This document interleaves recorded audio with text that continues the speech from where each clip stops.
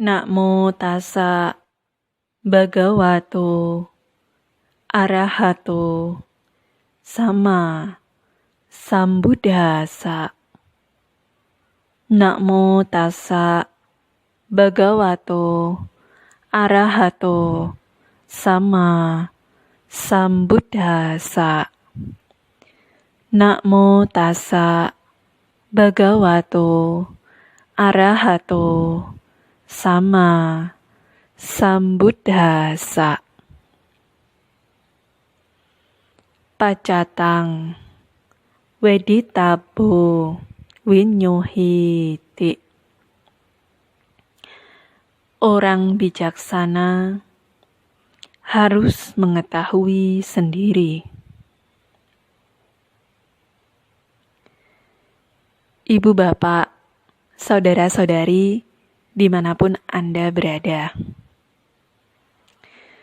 Pada kesempatan hari ini, saya Atasilani Gunanandini akan berbagi pengetahuan dhamma singkat kepada ibu bapak sekalian.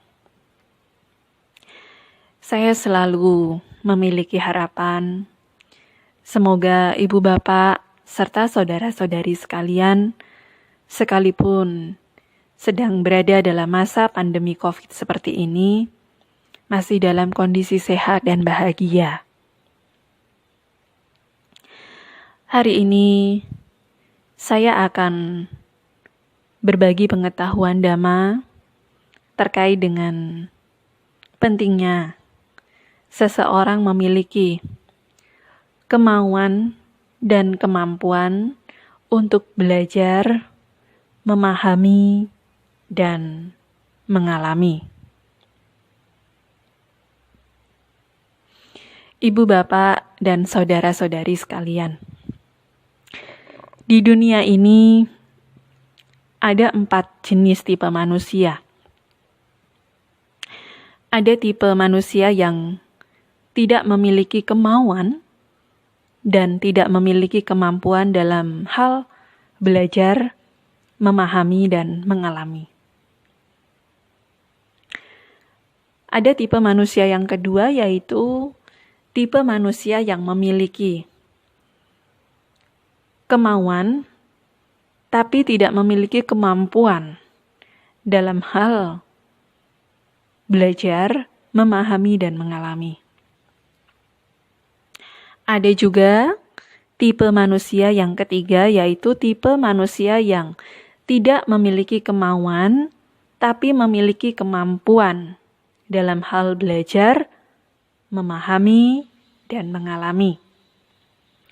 Dan tipe manusia yang keempat adalah tipe manusia yang memiliki kemauan dan memiliki kemampuan dalam hal belajar, mengetahui, memahami, serta mengalami secara langsung. Ibu bapak serta saudara-saudari sekalian, sangat penting sekali seseorang perlu memiliki kemauan serta kemampuan untuk belajar. Mau saja, seandainya mereka tidak memiliki kemampuan, juga tidak cukup. Memiliki kemampuan, tetapi tidak memiliki kemauan, itu pun juga masih kurang. Sehingga, ketika seseorang memiliki kemauan belajar dan kemampuan untuk belajar, maka orang ini akan cepat sekali berkembang dalam hal apa yang telah mereka pelajari. Ibu bapak serta saudara-saudari sekalian, belajar adalah proses memahami. Apa yang dipahami dalam pelajaran yang kita pelajari.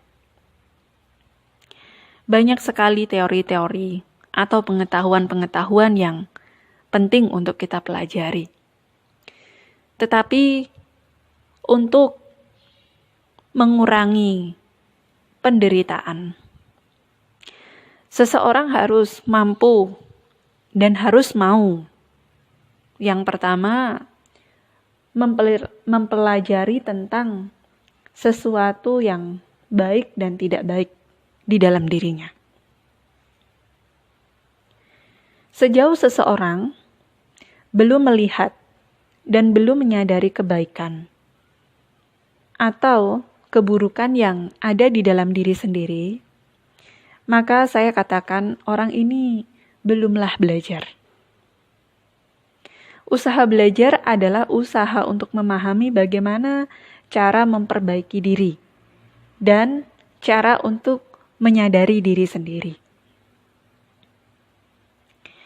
Kadang dalam melakukan suatu tindakan, banyak orang-orang melakukan tindakan tersebut atas dasar karena adanya rasa takut. Kita tidak boleh ini, tidak boleh itu, menjalankan aturan ini, menjalankan aturan itu. Karena didasari oleh rasa takut. Bukan atas dasar pengertian yang berkembang di dalam diri kita. Bukan atas dasar pandangan benar yang ada dalam diri kita. Maka banyak sekali orang-orang yang saya katakan hanya terjerat pada indoktrinasi, tetapi bukan dengan cara tujuan edukasi. Padahal kebutuhan setiap orang itu adalah edukasi, bukan indoktrinasi. Bagaimana mereka bisa dikatakan mendapatkan sebuah pembelajaran atau edukasi atau pendidikan? Artinya orang ini harus memiliki kemauan dan kemampuan untuk belajar. Seandainya orang ini dihadapkan oleh seorang guru yang hebat sekalipun, atau pengetahuan-pengetahuan yang banyak didukung dengan sarana-sarana yang mendukung.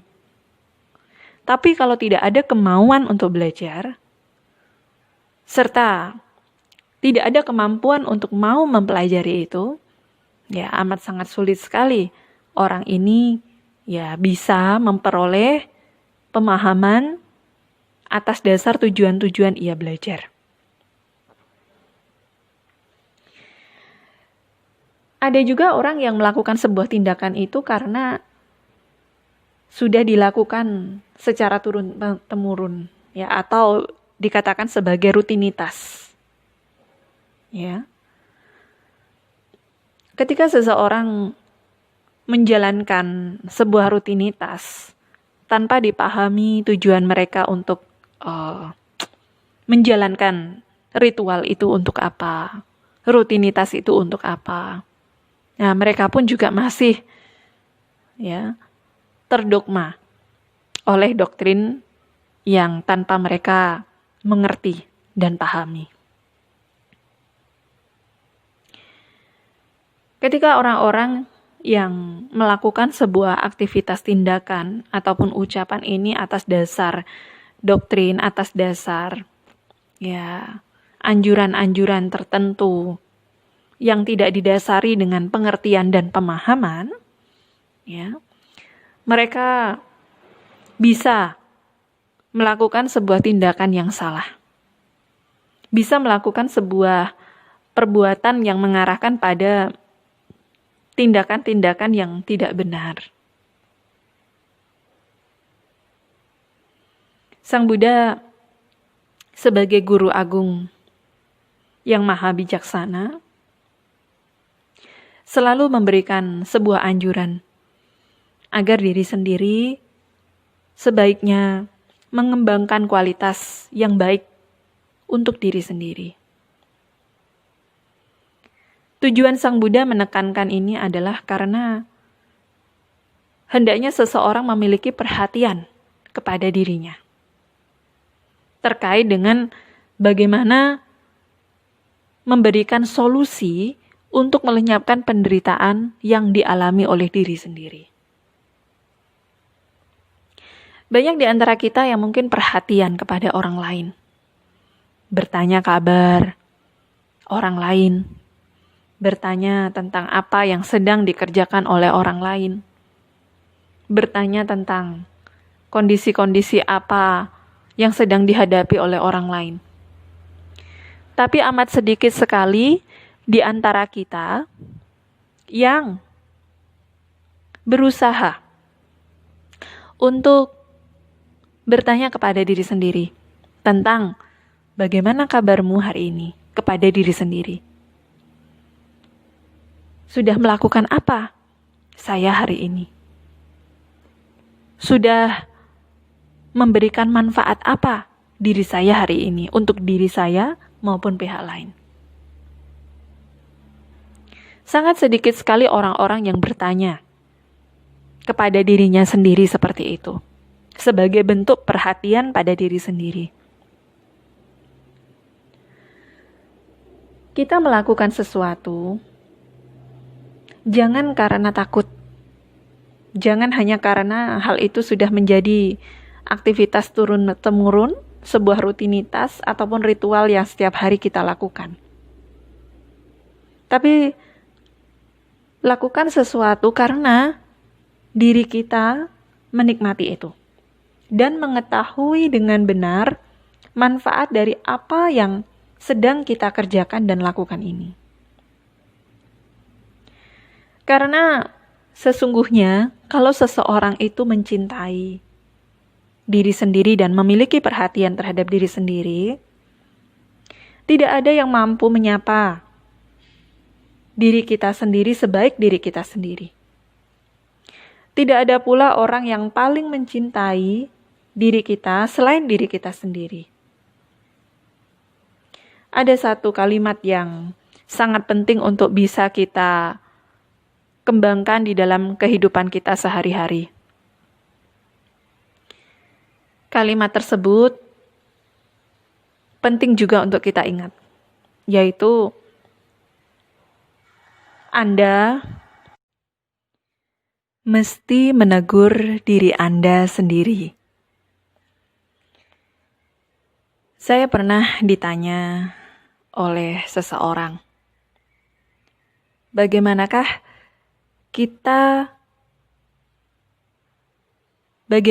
cara kita untuk menjelaskan ajaran Sang Buddha secara sederhana? Saya menyampaikan seperti ini, dengan contoh cerita. Ibu mungkin ketika saya tanya, sudahkah ibu pernah merasakan buah apel Afrika? Ibu itu menggelengkan kepala. Bisakah ibu menceritakan bagaimana bentuk dari buah apel Afrika, warnanya, dan juga rasanya? Ibu itu juga menggelengkan kepala. Kemudian saya tanya lagi, apakah ibu pernah makan buah anggur? Ibu itu menganggukkan kepala. Apakah ibu bisa menjelaskan bagaimana rasa, bentuk, ciri dari anggur hijau tersebut? Ibu itu dengan detail bisa menjelaskannya. Sama halnya ketika seseorang berusaha untuk menyelami ajaran Sang Buddha atau menjelaskan ajaran Sang Buddha. Kalau kita menjelaskan ajaran Sang Buddha hanya berdasarkan cerita dari orang lain, sama halnya ibu bapak, saudara-saudari ini menjelaskan Dhamma atau ajaran Sang Buddha itu hanya karena mendengar cerita nama buah apel Afrika itu dari orang yang pernah melihat buah apel Afrika. Tapi ibu bapak belum secara langsung melihat, belum secara langsung memegang belum secara langsung juga merasakan buah apel Afrika itu seperti apa. Jika kita berada pada tahap hanya belajar, memahami saja, tetapi diri sendiri belum berusaha mempraktikkan atau mengalami langsung apa yang Sang Buddha ajarkan, maka kita tidak akan mampu merasakan juga manfaat dari ajaran yang Sang Buddha berikan ini kepada kita. Kita pun juga tidak mampu menyelami secara langsung apa ajaran kebenaran yang Sang Buddha berikan kepada kita. Di awal tadi saya mengutip salah satu perenungan yang sering ibu bapak baca setiap kali membaca parita di wihara ataupun di rumah. Pacatang wedita bowinyo he te. Yang saya artikan sesuai dengan pemahaman saya adalah orang bijaksana hendaknya mengetahui sendiri. Apa yang diketahui? Penderitaan yang sedang kita alami saat ini. Apa yang kita ketahui? Sebab dari penderitaan yang kita alami saat ini. Dan apa yang perlu kita ketahui? Tentang penderitaan ini yang tidak bisa bertahan eksistensinya selamanya. Yang ada kelenyapannya juga. Dan bagaimana cara untuk melenyapkannya itu seperti apa? Kita mengetahui dengan jelas hal itu. Inilah yang saya katakan ketika seseorang memiliki kemauan dan kemampuan untuk mau mempelajari, memahami, serta mengalami sendiri, orang ini akan mendapatkan manfaat secara langsung. Akan mendapatkan sebuah pengalaman secara langsung yang mampu untuk dia rasakan sendiri, yang nantinya juga bisa membantu untuk memberikan penjelasan kepada pihak lain. Yang tujuannya untuk membantu pihak lain pun merasakan manfaat terkait dengan lenyapnya duka, manfaat dari kebenaran ajaran Sang Buddha, dan manfaat telah mempraktikkan ajaran Sang Buddha itu. Semoga ibu bapak mampu memahami apa yang telah saya berikan secara sederhana ini untuk dapat dipraktikkan dalam kehidupan sehari-hari. Semoga ibu bapak senantiasa selalu berkembang dalam pengetahuan, dalam praktik ajaran luhur untuk mengembangkan kualitas-kualitas kebajikan di dalam diri sendiri. Terima kasih. Sotihotu Namo Buddhaya.